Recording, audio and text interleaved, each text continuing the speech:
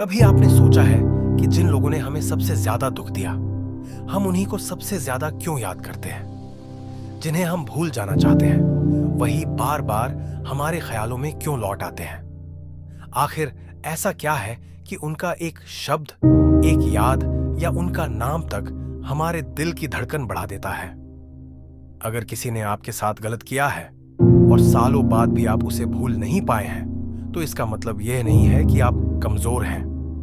इसके पीछे हमारे दिमाग और भावनाओं का एक गहरा मनोवैज्ञानिक कारण होता है। आज हम समझेंगे कि हम उन लोगों को क्यों नहीं भूल पाते जिन्होंने हमें सबसे ज्यादा चोट पहुंचाई। 1. हमारा दिमाग दर्द को याद रखने के लिए बना है। हमारा दिमाग खुशी से ज्यादा दर्द को याद रखता है। इसे साइकोलॉजी में नेगेटिविटी बायस कहा जाता है। सोचिए, अगर किसी दिन आपको 100 लोगों ने तारीफ दी और सिर्फ एक व्यक्ति ने आपकी बेइज्जती कर दी, तो रात को सोने से पहले आपके दिमाग में किसकी बात घूमेगी? ज्यादातर लोगों का जवाब होगा उस एक व्यक्ति की। हमारा दिमाग ऐसा इसलिए करता है क्योंकि वह हमें भविष्य के खतरों से बचाना चाहता है। उसके लिए दर्द एक चेतावनी है जिसे वह आसानी से भूलना नहीं चाहता। 2. हमें उस इंसान की नहीं, अधूरी कहानी की याद आती है। कई बार हम उस व्यक्ति को नहीं, बल्कि उसके साथ जुड़े अपने सपनों को याद करते हैं।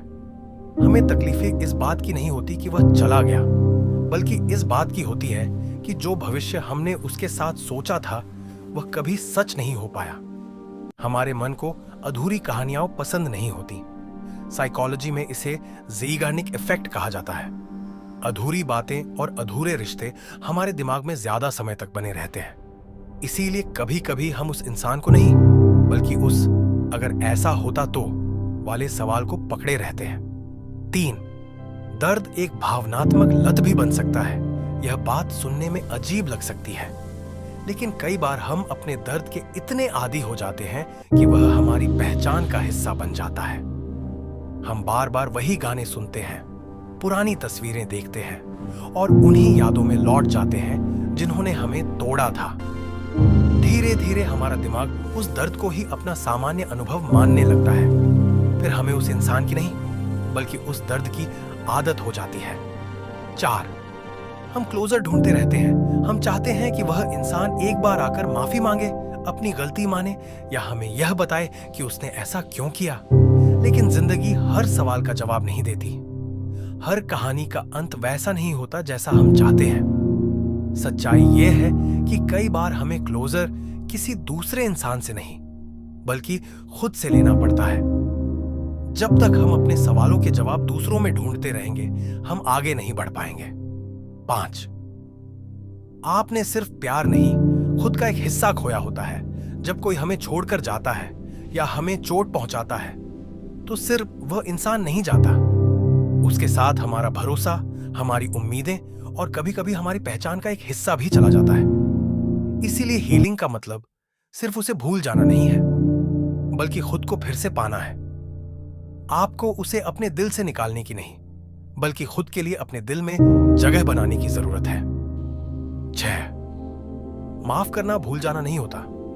बहुत से लोग सोचते हैं कि अगर उन्होंने किसी को माफ कर दिया तो इसका मतलब है कि उन्होंने उसके की को सही मान लिया। लेकिन माफी का मतलब यह नहीं होता। माफी का मतलब है मैं अब अपने दर्द को अपनी जिंदगी कंट्रोल नहीं करने दूंगा। आप किसी को माफ कर सकते हैं और फिर भी उससे दूर रह सकते हैं। आप किसी को याद रख सकते हैं और फिर भी उसके बिना खुश रह सकते। अगर आप किसी ऐसे इंसान को आज भी नहीं भूल पाए हैं जिसने आपको सबसे ज्यादा दर्द दिया, तो खुद को दोष मत दीजिए। इसका मतलब सिर्फ इतना है कि आपने सच्चे दिल से महसूस किया था। लेकिन याद रखिए, आपकी कहानी उस इंसान के जाने पर खत्म नहीं होती। कुछ लोग हमारी जिंदगी में रहने के लिए आते हैं और कुछ हमें बदलने के लिए। हर जाने वाला इंसान हमारी मंजिल नहीं होता। कई लोग सिर्फ रास्ता दिखाने आते हैं, इसलिए उसे भूलने की कोशिश मत कीजिए। खुद को फिर से पाने की कोशिश कीजिए। जिस इंसान ने आपको तोड़ा है, उसे आपकी पूरी जिंदगी का मालिक मत बनने दीजिए।